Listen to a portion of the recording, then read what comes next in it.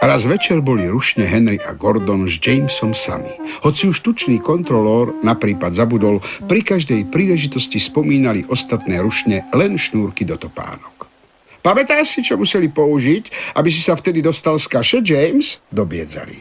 James sa im to pokúšal vrátiť a hovoril o rušňoch, ktoré boli zamurované v tuneli či odstavené na kopcoch.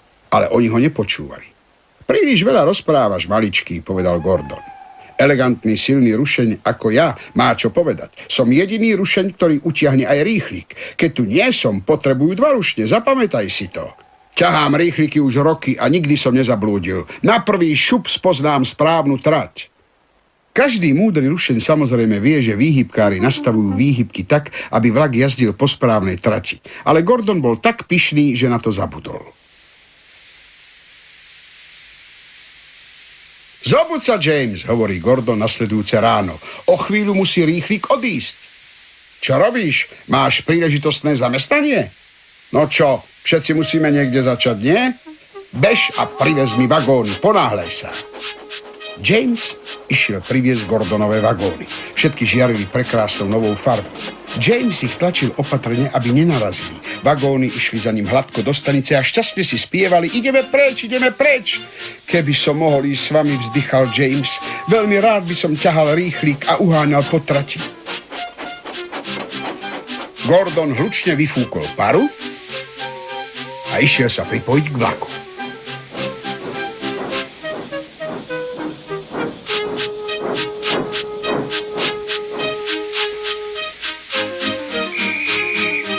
Tučný kontrolór sedel vo vlaku s ďalšími dôležitými ľuďmi a hneď ako počuli výpravcovú píšťalku, Gordon vyštartoval. Teraz sa na mňa pozerajte, fučal a vagóny sa za ním len tak šinuli. Dovidenia. James sledoval miznúci vlak a potom sa vrátil do práce. Tlačil nejaké nákladné vozne na správnu vedľajšiu koľaj a zoraďoval vagóny pre ďalší vlak. James práve priviezol vozne na nástupište, keď začul nárek. Bol to Gordon. Snažil sa vojsť do stanice tak, aby si ho nikto nevšimol. Vitaj, Gordon. Už je zajtra? Spýtal sa James. Gordon neodpovedal, len slabo vypustil paru. Zablúdil si, Gordon? Spýtal sa James.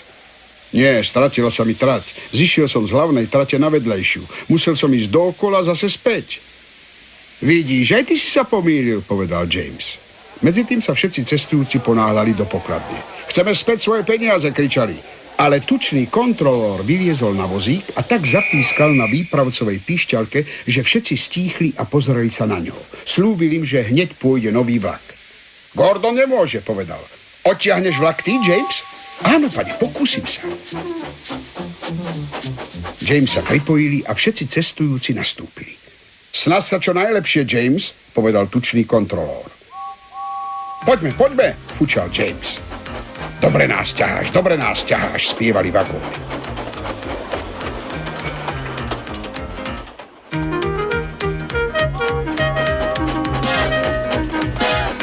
Mosty a stanice sa len tak myhali okolo. Cestujúci sa usmievali a čoskoro dorazili do konečnej stanice. Všetci Jamesovi vraveli: ďakujeme ti. A tučný kontrolór sa usmieval. Bol si dobrý, povedal. Chcel by si niekedy ťahať rýchliky? Áno, prosím, odpovedal James. Nasledujúci deň, keď James prišiel, Gordon tlačil vozne. Páči sa mi pre zmenu tichá práca, povedal. Učím ich, ako sa majú správať. Počul som, že ti to s vagónmi išlo dobre. Dobre, ukážme im. James a Gordon sú teraz dobrí priatelia. James niekedy vezme rýchlik, aby si Gordon odýchol. Gordon už nikdy nespomína šňúrky a obidvaja si myslia o neposlušných nákladných vozňoch to isté.